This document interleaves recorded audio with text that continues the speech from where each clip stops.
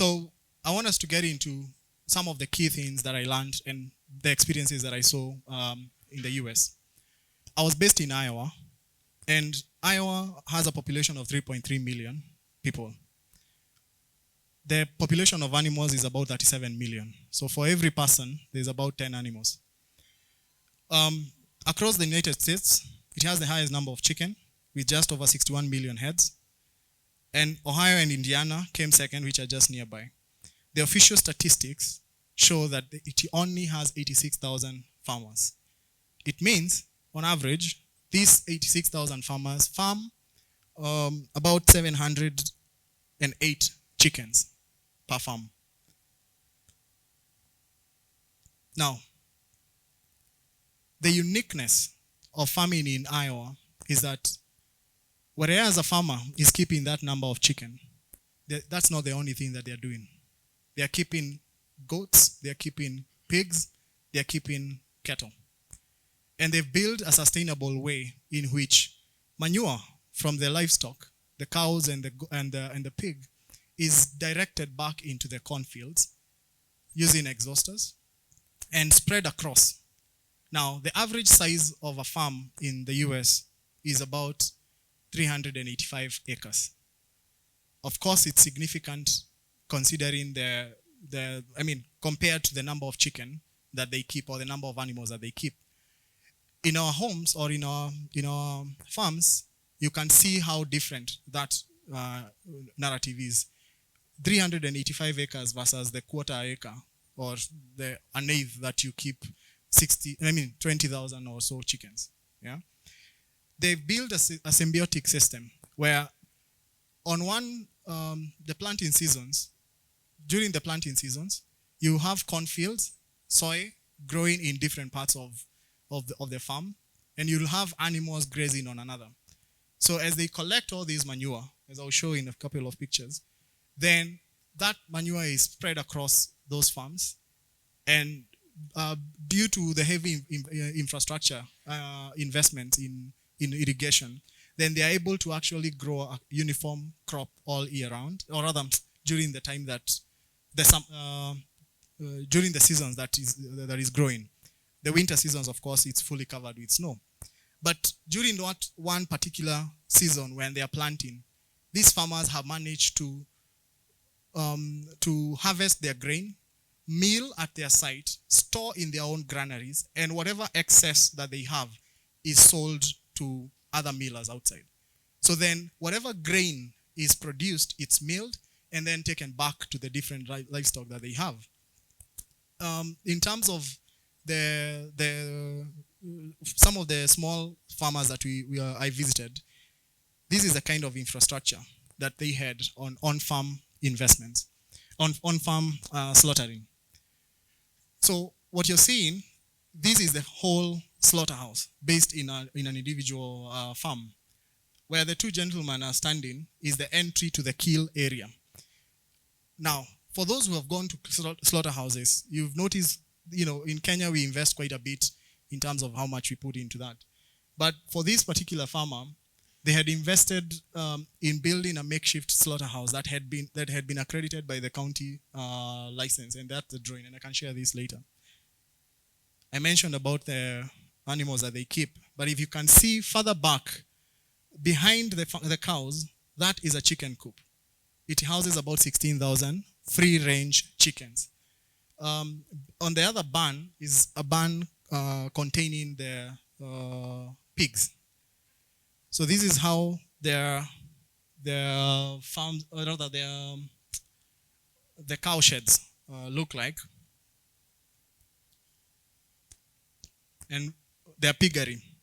Now, for the same size as a big Dutchman house that would house about 10,000, 20,000 chickens, there is about 3,000 pigs that are kept in there. And they are all kept on a surface that has holes in between in them. So whatever droppings that the pigs are defecating, then it goes to an underground tank that then this exhauster that you're seeing is connected to, and it pulls all that manure.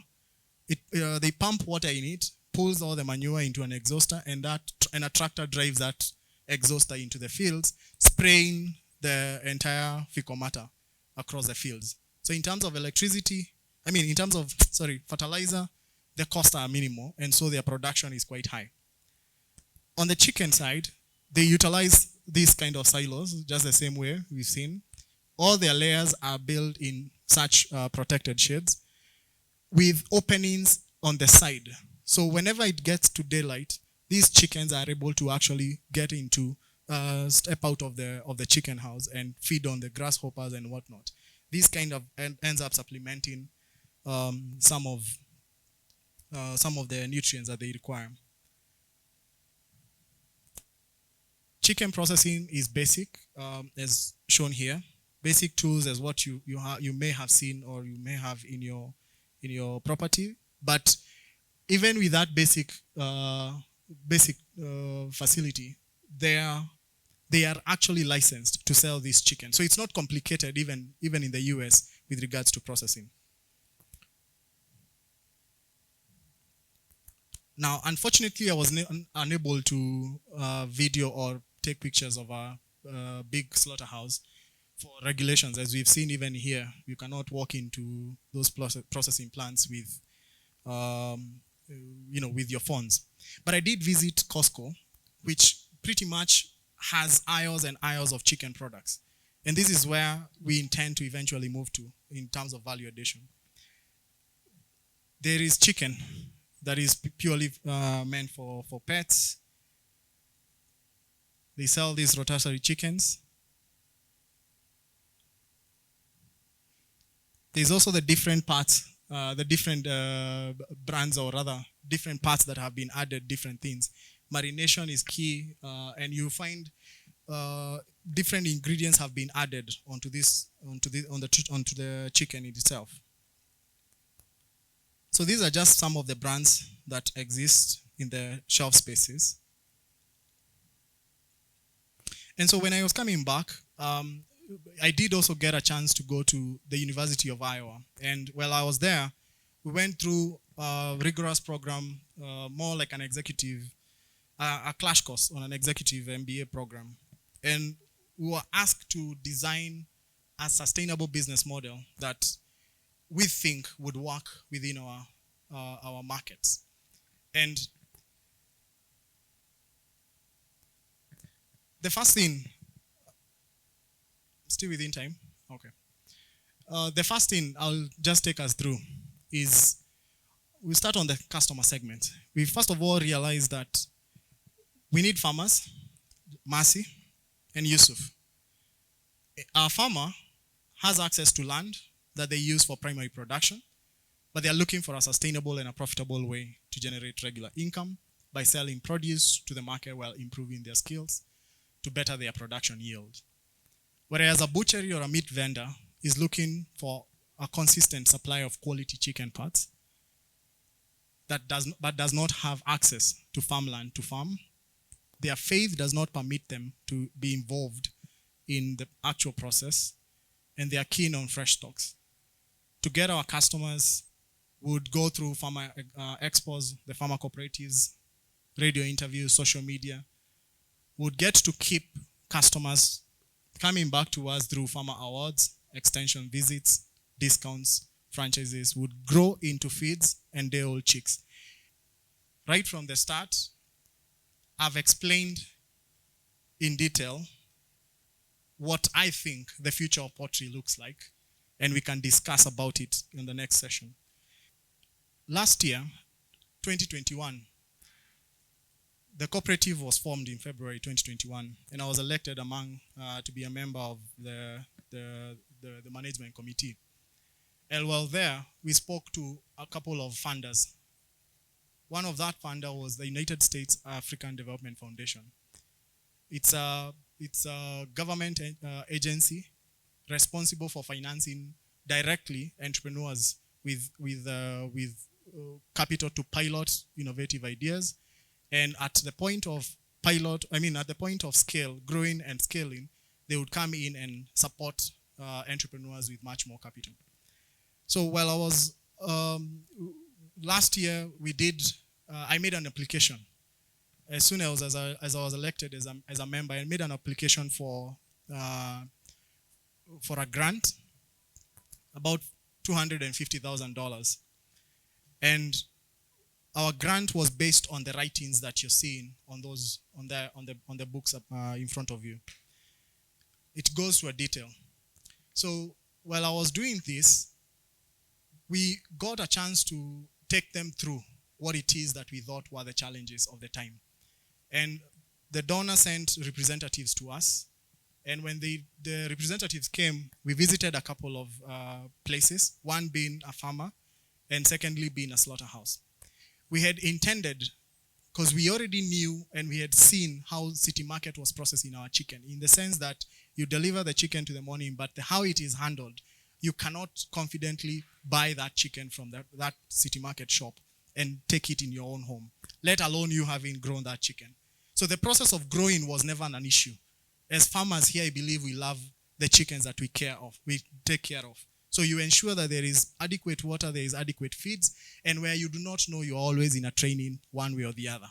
You have consultants amongst yourselves. So in terms of production, you produce a quality chicken. When we started, we also did not have control over that same space. When COVID hit, we had our chicken at the farm in Gatanga, took chicken to City Market, and we tried looking for a buyer. Up until it got to around 10 to 11, and we had to actually live with the chicken. Most of us here have gone through that story. Or you've had to sell chicken at a way lower price, despite that chicken having received as much love as your other livestock receives while at home. So the process of production has never been an issue. But when it comes to processing, that's where the issue has been. As we all know, COVID may have been spread through animals that were being used for, meals. So I set out and I proposed to the United States government that if we were to be able to build a processing center, then we could be able to solve some of the challenges that we face in getting our chicken from our farms to the market. So where we are and what we did with the $50,000 that they gave us instead of the $250,000, and I believe the cooperative membership here can speak more to the challenges that we faced then, was build the Big Kuku Depot. And I built it in the sense that we needed to first of all set standards for how chicken is processed at the point of receiving. So those 60 market shops, we've seen them. They are those very small, inadequate water. So we invested heavily on water. Right now in our location, we pump around, we have about 8,000 or so liters of water. And at our peak, we used to use about 2,000 to 3,000 liters of water. We set standards on how do you process this chicken once it arrives from your farm to our location. We understand that we could not have solved the issue of logistics, but when it came to us, then we cleaned that chicken and then we cut it up into parts. Then there is a process of learning how to process, pack, and distribute these and eventually store this chicken. Whereas we have achieved success to an extent in the sense that we have proven that indeed there is market for our chicken, that model still remains unsustainable. And I would speak to why. We received this chicken 8 hours after that chicken started to be processed. So already, whatever it is that we are solving or whatever it is that we are selling, however much water you spend, however clean, however, medicated your people are, whatever licenses you have, it's still not right. And as this chicken comes in, as you know, when you go to a supermarket, that chicken has a shelf life of 7 days. Our chicken can't last a day or two without smelling. And there are farmers who we've returned chicken, or rather we've given feedback about the state in which the chicken arrived. But how can I blame you? You didn't have a refrigerated truck. Neither did you have a processing facility in your home to be able to cut this chicken that you only need once in every 32 to 42 days. So to you as a farmer, it's uneconomical for you to invest in having your own on-site processing facility. There are those that have tried to do this. with devastating repercussions. Because as you slaughter within your farm, all that blood, all that, hula baloo, increases the bacteria load on your farm. So sooner or later, that bacteria will move into your shelters. And as you will start with 4,000 chickens. The next crop you're keeping, 3,000, 2,000, until you wonder, what kind of feeds am I using? And you always start blaming the chicks, you start blaming the feed quality. Yet another farmer doing the same thing may have different results simply because they either been selling to contract. Then, when you've sold to contract processors who already have these investments, you as a farmer, you are unable to still generate enough money to sustain your operations, on top of taking the hit on the mortality. So then my basic question was, so how do we move beyond this? And that's where the whole cooperative conversation came about, and how my story loops into that.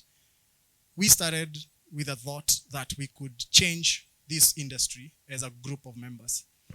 Whereas we did not achieve the objectives in our first year, independently, I went on to pursue some of these objectives. One being, and we actually did sign an MOU with the Cooperative with regards to applying for grants with the United States government, trying to see if independently we could build an entity that can try out in a professional way, and then present to the market, or rather present to the community, what solutions we had found. And what Big Kuku is about is exactly that. I took a step, took the $50,000, invested in the Big Kuku Depot. And during that period of time, we've just been learning the different ways in which to do this chicken business. It has not been easy, because whenever you have brought chicken to me, I have had to pay you upfront.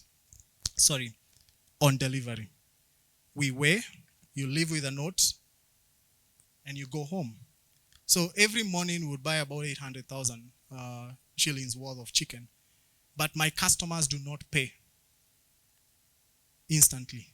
They want discounts. Then on the other side, it's a very informal space. So whereas I may pay you to your equity or to your other bank account, that other customer wants to pay me, or rather wants to place an order informally. No PO, no contractual obligation to them. And so I'm always at the mercy, having to go and having to beg them to pay. And in some cases, we've had to take people to court with regards to payments that were due. This is not a sustainable way to go about it. And there is a reason why these processors do what they do in terms of receiving chicken from you and paying you after 10, 15 days. Because the people who buy and who provide those LPOs, who provide those contracts and whatnot, are people who also rely on stocking and selling, and eventually now paying you. Just like any big business operates on credit. So, with Big Kuku, what we've done, and we've tried this with a couple of farmers, we've tried to open it up for the farmers to come and sell the chicken themselves. We'd show you the ropes. Some we've trained them on basically what goes on every morning. And the feedback is still the same. It's quite a tiring job. Now, if you have a farm that you need to take care of, you come to the market side, that means that day you cannot go to the farm because you'll be taking all the pathogens and whatnot you step into, the dirty area, the kill area, all right? So by the time you're going back, you're probably the next day. That affects your business. My proposition and what it is that we've tried to do, if we were to work together, then there are solutions that can be that could be of benefit to members. As if we were to solve our supply chain issue and quality processing, then we would achieve at least 3 times sales per day. We'll double the farmer's income, and I'll explain how. We'll expand to new markets, pay better wages, and access large capital to scale. While I was in the US, I did visit a couple of other cooperatives. One is the Practical Farmers Cooperative in the Midwest, and they organize these farm visits to farmers who are doing amazingly well, for farmers to be able to go and learn more from those site visits. While there, you get to wear all these protective gear so that you don't end up leaving diseases onto the other farmers. One particular one is called the Frontier Corp, which buys herbs and spices right from Kenya as well as other places in the country. And these guys are selling, annual turnover is $2 billion. And out of the chili that is grown from local, they just get it here, it's grounded, and then it's imported into their country. We did meet when we were starting with the cooperative. This was when the DCO was giving us the charter for our operation. We've also visited with the donors that I mentioned to you. This is at John's farm. And we sat down with them and explained our challenges as a cooperative and what we think would be the solution to this. We even took them to a slaughterhouse and showed them what our future would look like. Back then, we were seeking to get a partnership with that slaughterhouse